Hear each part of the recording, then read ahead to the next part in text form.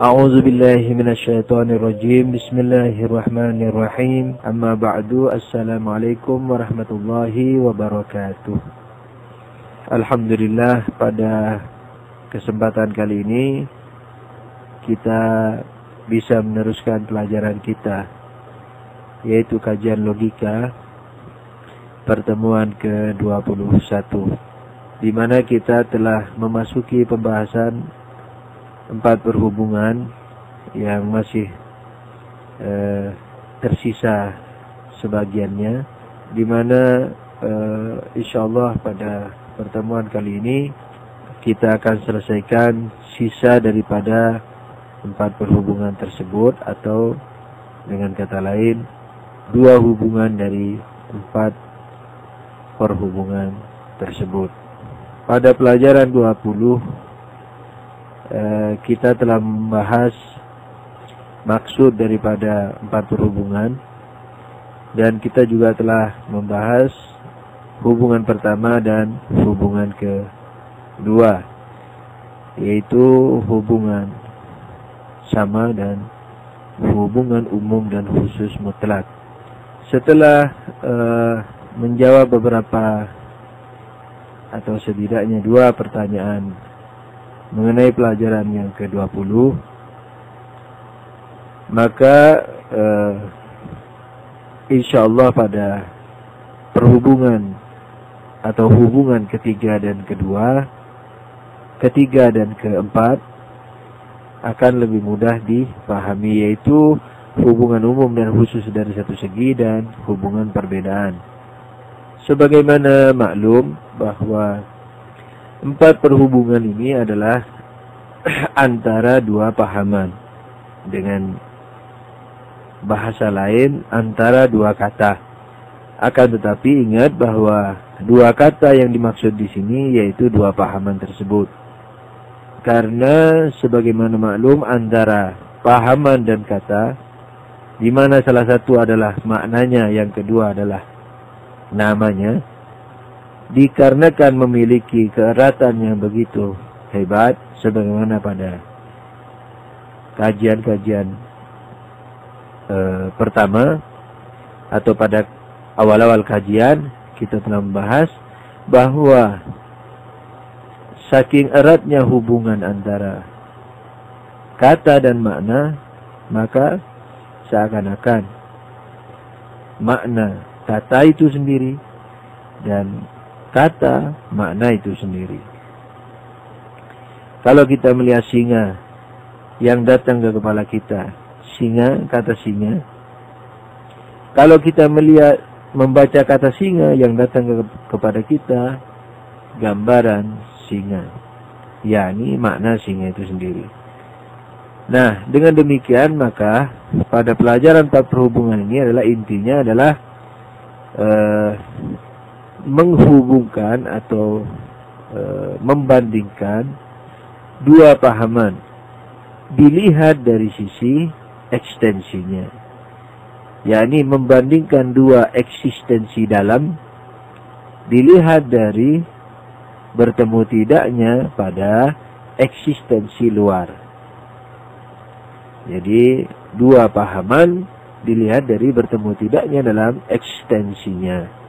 Pada pelajaran yang telah lalu telah diisyaratkan bahwa 4 perhubungan ini memiliki 4 macam bentuk hubungan, karena 2 pahaman itu kalau dihubungkan dan dilihat dari kacamata ekstensinya tidak akan keluar dari 4 hal ini atau 4 keadaan ini, yaitu antara ekstensi pertama dengan ekstensi pahaman pertama dengan ekstensi pahaman kedua itu memiliki kesamaan ekstensi.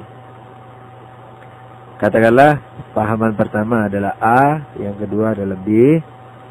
Jadi di mana ada ekstensi A, di situ pula ada ekstensi B, dan begitu pula sebaliknya. Itu yang disebut dengan hubungan sama. Hubungan umum dan khusus mutlak adalah manakala, yakni bagian kedua, manakala bagian katakanlah A atau seluruh ekstensi A menjadi bagian ekstensi B. Tapi ekstensi B sebagiannya ada yang bertemu dengan ekstensi A dan ada yang tidak bertemu dengan ekstensi A. Oke, sekarang kita akan masuki bagian yang ketiga. Bagian ketiga ini adalah hubungan umum dan khusus dari satu segi. Apa maksudnya? Kalau pada bagian kedua kita telah mengerti umum dan khusus mutlak. Yakni apa?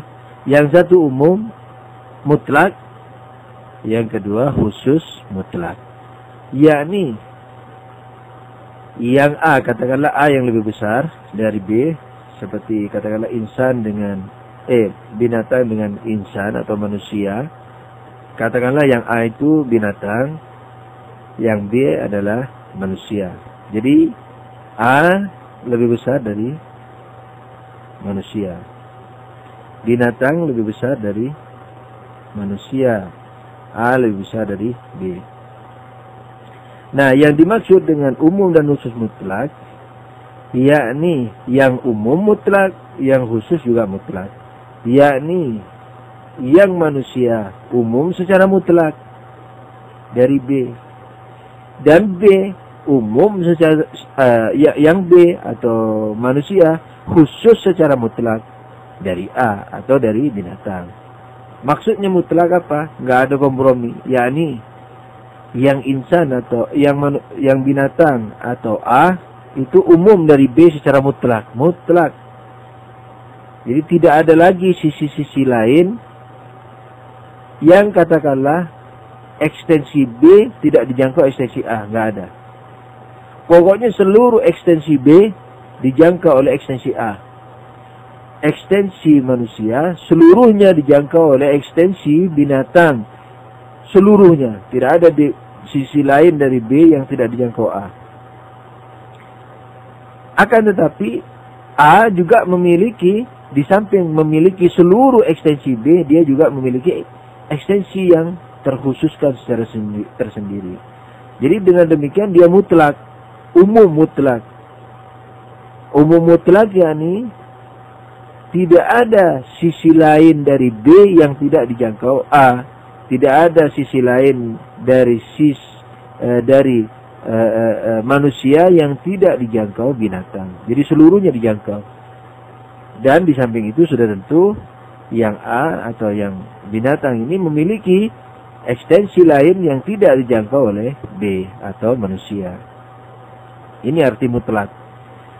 Kalau dilihat dari B juga mutlak. B-nya khusus secara mutlak.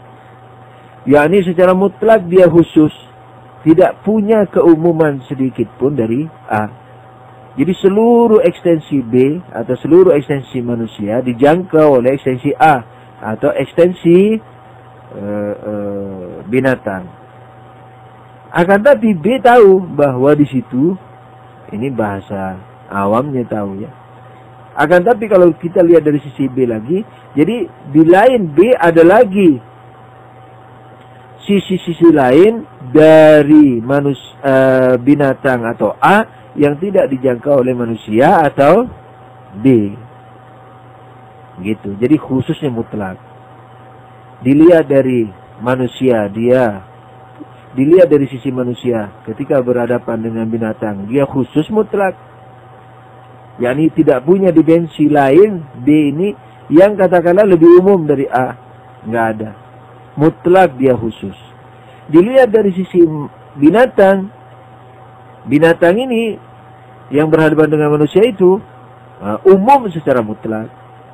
Itu yang disebut umum dan khusus mutlak. Yakni dilihat dari sisi umum, mutlak umum. Dilihat dari sisi khusus, mutlak juga khusus. Mutlak yakni nggak punya dimensi lain yang keluar daripada kekhususannya. Kalau dilihat dari sisi manusia atau dilihat dari sisi keumumannya kalau dilihat dari sisi binatang. Ini mutlak. Nah, tapi yang ketiga ini enggak. umum dan khusus dari satu segi. Nah, jadi yang A dari satu segi umum, tapi dari satu segi khusus gitu. Yang B juga begitu. Khusus dari satu segi, umum dari satu segi. Jadi masing-masing punya keumuman dan masing-masing punya kekhususan. Dengan bahasa sederhana, A dan B bertemu pada sebagian, berpisah pada sebagian. Jadi keduanya bertemu pada sebagian ekstensi dan kedua-duanya bisa berpisah di lain ekstensi. A punya kekuatan untuk berpisah dari B di ekstensi yang lain. B juga punya kekuatan untuk berpisah dari A pada ekstensi yang lain. Jadi sama-sama punya kekuatan keumuman di samping kekhususan. Ini yang disebut umum dan khusus dari satu segi. Yani dilihat dari A, dari satu segi dia umum, dari satu segi dia khusus. Dilihat dari sisi bertemunya dengan B, si A ini khusus dia. Tapi dilihat dari sisi berpisahnya dari B, umum dia. B juga begitu. Dilihat dari bertemunya dengan A, khusus dia. Dilihat dari berpisahnya dari B, umum dia. Nah, jadi umum dan khusus dari satu segi. Contohnya apa? Contohnya putih dan burung. Katakanlah putih dan burung. Nah, burung jelas ya, kembali kepada dua langkah sebelumnya. Burung dan putih dua pahaman yang saling berbeda. Ingat, pahaman yang diwakili oleh nama, oleh kata, yakni putih dan burung. Jadi yang saya maksudkan putih dan burung ini bukan kata putih dan kata burung, tapi pahaman putih dan pahaman burung. Nah, jangan lupa. Nah, pahaman putih dan pahaman burung ini, kalau dilihat dari sisi putih, maka dia kadang-kadang bertemu dengan burung. Di mana? Di burung putih. Di putih yang burung. Tapi putih ini juga punya, di samping bertemu dengan burung di putih yang burung, dia juga bisa berpisah dari burung di putih yang bukan burung. Misalnya kapas, kapur, tulang, gigi, dan seterusnya. Nah, burung juga begitu. Dilihat dari satu sisi dia bertemu dengan putih. Di mana? Di burung yang putih. Tapi di sisi lain dia punya kekuatan, punya dimensi yang lain yang berpisah dari putih. Di mana? Di burung yang tidak putih. Apa saja burung yang tidak putih. Nah, dengan demikian kedua pahaman ini dalam ekstensinya ada saling bertemu, ada saling berpisah. Itu yang disebut umum dan khusus dari satu segi. Dengan demikian insyaallah bisa dipahami bahwa dua pahaman ini intinya ada pertemuan, ada saling perpisahan. Umum dan khusus mutlak ada pertemuan, tapi ada perpisahan, bukan saling perpisahan. Karena yang A lebih luas dari yang B. Jadi dia bisa berpisah, tapi B tidak bisa berpisah dari A. Karena seluruh B atau seluruh manusia dijangkau oleh binatang atau A. Jadi di sana ada pertemuan dan ada perpisahan. Tapi di sini ada pertemuan dan ada saling perpisahan. Saling berpisahan. Jadi saling berpisah. Kalau di bagian kedua ada pertemuan dan ada perpisahan. Kalau di bagian ketiga ada pertemuan dan saling perpisahan atau saling berpisah. Begitu. Contohnya di putih dan burung atau apa saja yang pahaman-pahaman yang sama-sama memiliki kekuatan bertemu dan sama-sama memiliki kekuatan berpisah. Yang keempat, hubungan perbedaan.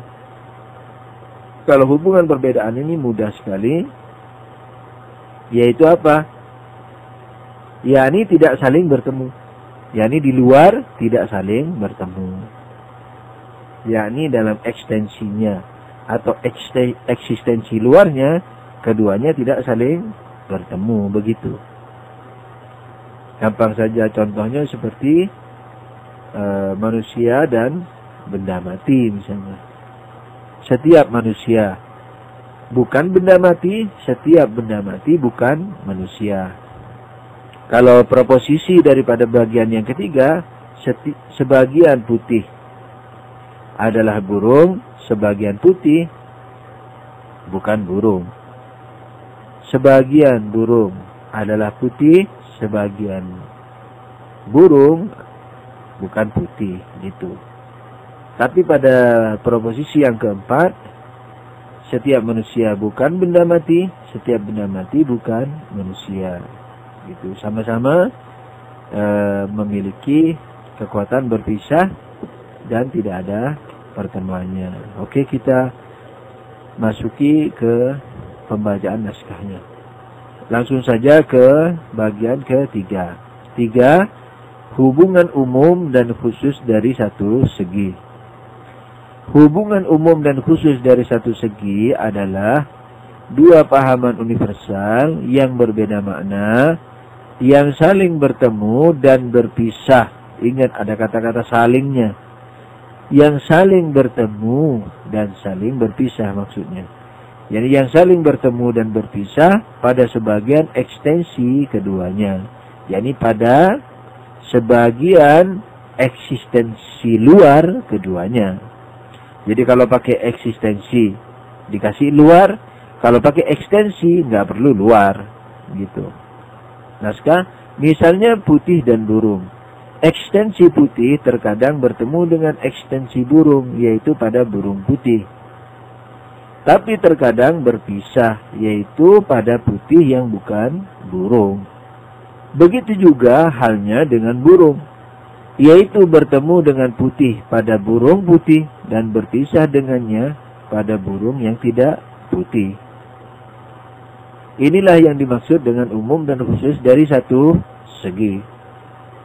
Ingat, satu segi tidak mutlak maksudnya. Naskah artinya dari satu segi, misalnya dari segi putih, nampak yang satu lebih luas dari yang lain. Ini burung. Dengan uraian di atas, artinya dari satu segi, misalnya dari segi putih, nampak yang satu, yakni putih, lebih luas dari yang lain, yakni burung. Artinya dari satu segi, yakni misalnya dari segi putih, nampak yang satu putih lebih luas dari yang lain, yakni dari burung. Yakni seakan-akan ketika kita melihat dari putih, maka putih bertemu dengan burung. Tapi putih juga tidak bertemu dengan burung. Nah, dari sini luas dia, gitu. Lebih luas. Tapi secara dari satu segi, gitu. Dengan uraian di atas, dapatlah kita mengatakan sebagai berikut. Ini proposisinya. 1. Sebagian putih, burung. yakni sebagian putih adalah burung. Yang kedua, sebagian putih, bukan burung, yakni adalah bukan burung. Yang ketiga, sebagian burung adalah putih, sebagian burung bukan putih. Ini adalah bukan putih atau bukan putih begitu. Karena nanti akan ada pembahasan di bab proposisi. Jadi sebagian burung itu bukan putih. Sebenarnya putih di sini adalah yang putih. Gitu. Yani kalau putih itu disebut aksidental, kalau yang putih disebut sifat, gitu. Ada perbedaan putih dengan yang putih. Jadi kalau putih itu esensi putih, kalau yang putih itu adalah sifat. Jadi ada sedikit perbedaan. Anyway, insyaallah ini karena masih pembahasan sederhana, tidak dipecah dulu sebab takut pecah konsentrasinya. Jadi yang jelas walhasil kita melihat, katakanlah terserah, bisa dilihat dari putih esensi, kemudian burung esensi, tidak ada masalah. Jadi di sini dua-duanya bisa dilihat. Jadi putih boleh, yang putih juga boleh. Oke, kita teruskan. Kalau putih kita ganti dengan huruf A dan burung dengan huruf B, sedang bertemu lebih khusus dan berpisah lebih umum. Pada sebagian kita yakni sedang bertemu dan berpisah pada sebagian, itu maksudnya kita ganti dengan lambang kali, maka ini lebih umum dan lebih khusus. Maka umum dan khusus dari satu segi menjadi A lebih umum lebih khusus dari B.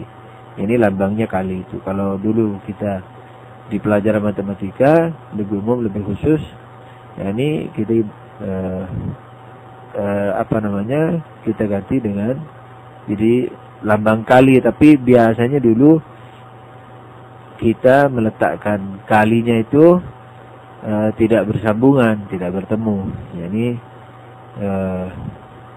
lebih umum lebih khusus begitu, terus kemudian lebih umum lebih khusus yang lainnya berpisah, tapi kita gabung aja menjadi kali sudah.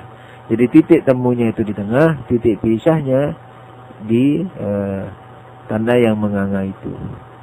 Gitu, dari kali masing-masing itu, dari dua arah kali masing-masing. Anyway, sekedar lambang saja. Dan kalau ya jelas ya, jadi kalau kita gambarkan maka A kali B maksudnya lebih umum lebih khusus antara A dan B. Jadi sama-sama mempunyai kekhususan, sama-sama mempunyai keluasan.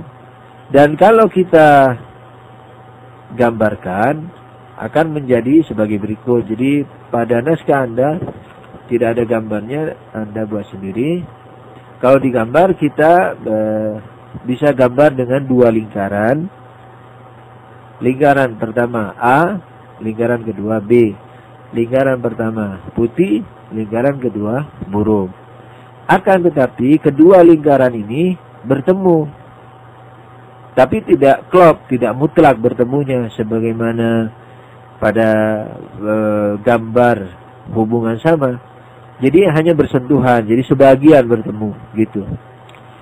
Jadi sebagian dari masing-masing dua lingkaran ini bertemu gitu. Sebagian yang lain tidak ketemu. Terus yang ketemu itu diarsir. Tanda bahwa di situ di daerah yang diarsir itu adalah daerah putih dan burung.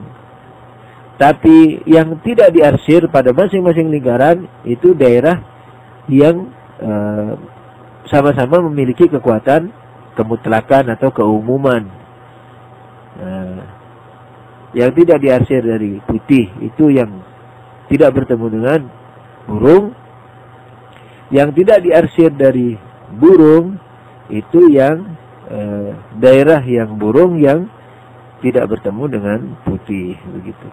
Naskah kita teruskan ke yang keempat. 4. Hubungan perbedaan. Hubungan perbedaan adalah dua pahaman universal yang berbeda makna. Jadi selalu saya sebut berbeda makna. Karena apa? Sekalipun mungkin sudah dipaham, tapi lebih hati-hatinya terus dimuat. Karena memang ini bagian daripada dua kata yang saling berbeda makna. Bukan dua kata yang sama makna. Gitu. Kalau sama makna nggak ada artinya. Seperti insan dan manusia. Oke. Dua pahaman universal yang berbeda makna, yang saling tidak bertemu pada ekstensi masing-masing. Jadi sama-sama memiliki kekuatan tidak bertemu. Tapi tidak ada yang memiliki kekuatan untuk sama-sama memiliki kekuatan untuk berpisah, tetapi tidak satu pun memiliki kekuatan untuk bertemu. Misalnya naskah, misalnya manusia dan benda mati. Ekstensi manusia tidak pernah bertemu dengan ekstensi benda mati. Jadi ekstensi manusia tidak pernah bertemu dengan ekstensi benda mati. Begitu pula sebaliknya. Dengan demikian kita dapat mengatakan sebagai berikut proposisinya nih. 1. Semua manusia bukan benda mati. 2. Semua benda mati bukan manusia. Jadi sama-sama memiliki kekuatan menolak untuk bertemu. Naskah, kalau manusia kita ganti dengan huruf A dan benda mati dengan huruf B, sedang ketidakbertemuannya kita ganti dengan lambang garis sejajar yang menunjukkan dua garis tidak pernah bertemu, maka hubungan di atas menjadi A sejajar B. Jadi nggak pernah ketemu maksudnya. Dan kalau kita gambarkan akan menjadi sebagai berikut. Suaranya agak pilek terus ini, karena kalau di daerah seperti di Iran yang ada 4 musim, setiap pergantian musim hampir selalu kena seperti pilek misalnya kayak gitu. Jadi sorry kalau suaranya dengung-dengung tidak karuan. Oke. Dan kalau kita gambarkan akan menjadi sebagai berikut. Ada 2 lingkaran yang saling berpisah, yakni tidak ketemu gitu. Kalau pada gambar ketiga 2 lingkaran bertemu pada sebagiannya, ini enggak bertemu, sama sekali enggak bertemu. Lingkaran A adalah manusia, lingkaran B adalah benda mati. Yakni apa? Yakni setiap manusia bukan benda mati dan setiap benda mati bukan manusia, karena tidak ada daerah yang di situ ada manusia dan juga ada benda mati. Dan perhatikan diagram halaman berikut. Yani di naskah Anda tidak ada diagramnya. Jadi diagram dari seluruh pelajaran 4 perhubungan ini. Jadi ada hubungan pahaman universal.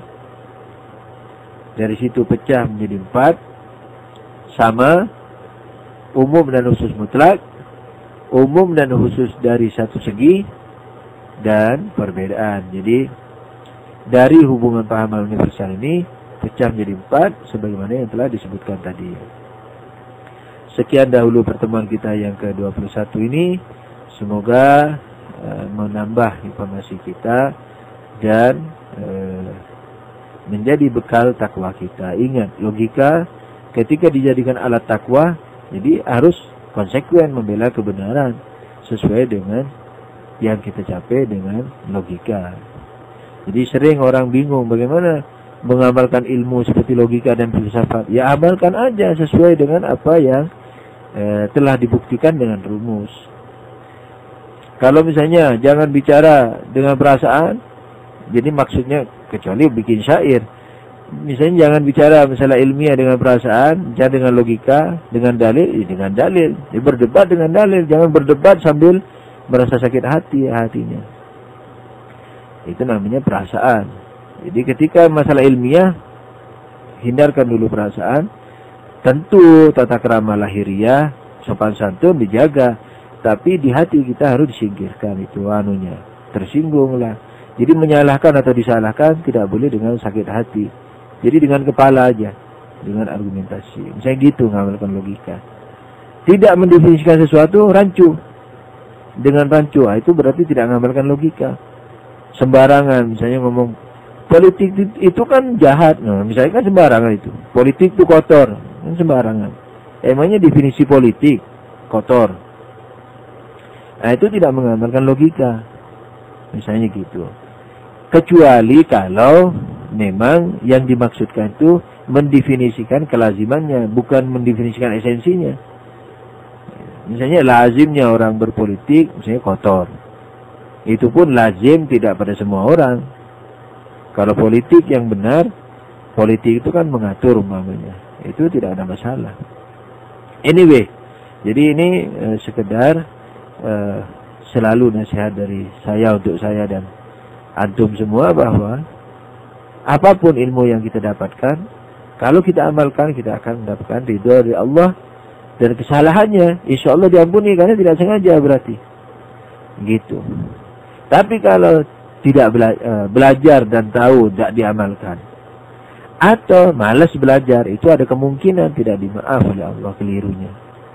Gitu. Jadi istilah tidak tahu, dalam hakikat, nggak ada. Jadi yang dimaafkan yang tidak tahu itu adalah apa?